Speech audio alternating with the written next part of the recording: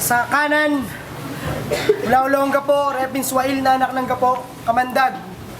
Katilang namatay sa gitna ng dilim, maputlang sinag, malabo na bituin, walang sumasagot, wala... Maging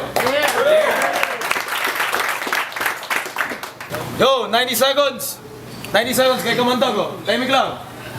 Shay, anong ginagawa mo dito sa flip top? Hindi dito papugian. Pinapagana dito utak. Sa eksena, ang hilig mo sumabat. Sige, gagawin kitang alamat.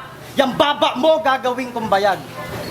Tapos, meron ako nakita na litrato niya na talagang nakakaya.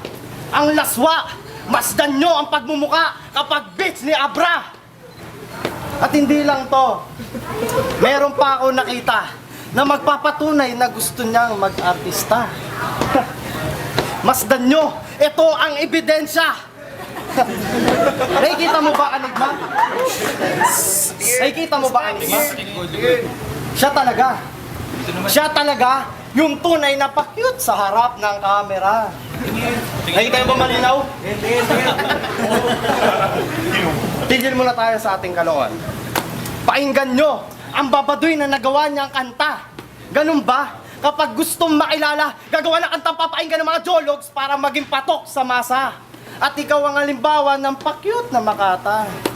Tapos, ang kapal na mukha mo. Sabihin na mas maganda kanta mo kay Delo. Ulul, ito tandaan mo, dyan sa utak at puso mo tatagos. Pinainggan namin kanta mo, ni isa dun wala kami tinapos. Tangina mo ka, hindi to simpleng laro. Tama pala sabi nila na para sa lahat ng linyang binitawan nun sa akin ni Keja. Totoo yun. Kaya, mauwi lang sa wala kung doon ka na sasabihin mo, lahat ng yun sumasalamin pa naman sa buong pagkatao mo. Dudurugin kita sa tirang personalan. Hindi kita tutugmaan na kasinlawak ng karagatan at kasinlalim ng ilog. Pero ito tandaan mo, hindi kayang pumatay ng isang kagat ng nag-iisang bubuyog. Kaya, wag ka nang pumalag. Isang tuklaw ko lang. Patay na to agad. Time! Second round, Kamandag. Huwag ka masyadong maangas. Wala ka may pagmamalaki. Alam ko, sa buong buhay mo, wala ka pang nagugulpe. At kung meron ka mang nasapat, lagi naman bali yung daliri. At sa tuwing sinisibak mo yung syota mo, ay niya ng titi mo dahil mas mapado yung baba mo.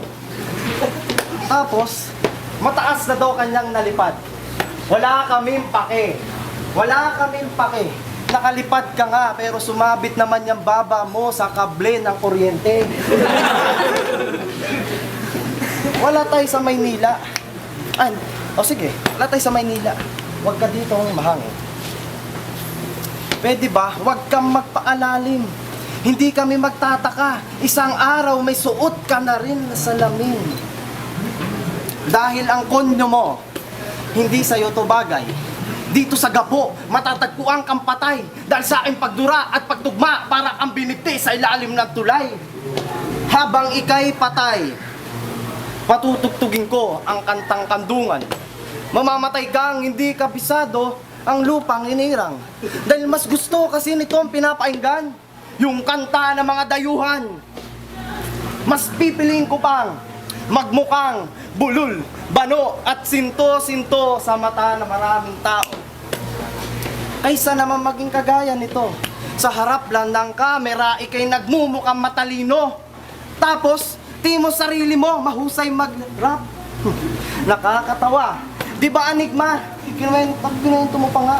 Natuto lang naman siyang kumanta nung natuto siyang marap dito sa kamera. Tangina!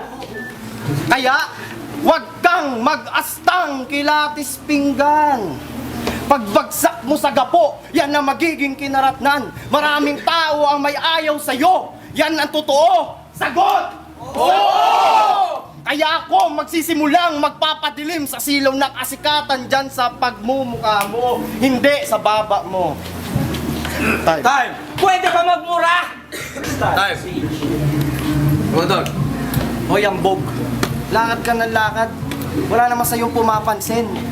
Huwag kang piling sikat. Alam namin mahina ka at di ka ganun kabigat. Napansin ko, buong alyansa nyo, pare-parehas kayo ng ugali. Ang isang makataong sibilisasyon ng pinanganak kayo doon nabali.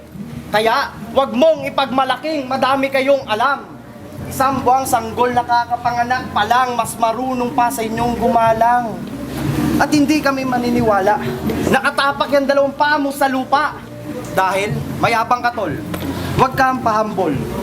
Tatapak lang yung paa mo sa lupa kapag yan ay aking pinutol. Tapos yan ba? Sa laki ng mata mo, madaming pwedeng masabi. Kaya, huwag kang mata pobre. Kahit dipikit mo yung mata mo, hindi mo yung mata tago. Dito na kita himlay. Yung mga bara mo masyadong matamlay. Pagpas lang sa'yo, madaming paraan. Ako nakatapat mo, ako magdadala sa'yong kamata. Kamata, yan. Kaya, wag mo akong matahin. Porket tinalo ako ni Keja. At least marunong ako tumanggap ng pagkatalo at hindi ako nagsisisi. Ikaw, hindi mo maamin na gumaling ka lang naman nung napainggan mo tong hakbang ipi. Real talk, totoo to. Real talk nga eh. Ito hakbang ipi. Mabibili nyo to pre. Pero itong si Jollibee, takin na Jollibee talaga. Nakuha na ito ng libre. Ito'y namangha at natuwa, ganun ang mga pangyayari. Pero biglang nainggit, binali niya itong CD. Tangin na. Christopher ang pangalan. Kalahating Kristo, kamukha ni Lucifer. Sige, gagawin natin literal. Bago kita ipako sa cross, ikay aking susutan ng pekeng corona. Pero ito talagang tunay na storya ni Shea Lucifer. Muntik na sana maampon, ngunit biglang pumangit ugali niya. Kaya pinatapon sa lupa at napulot ng mga baliw at tamad na mahilig mamulot ng basura. Time!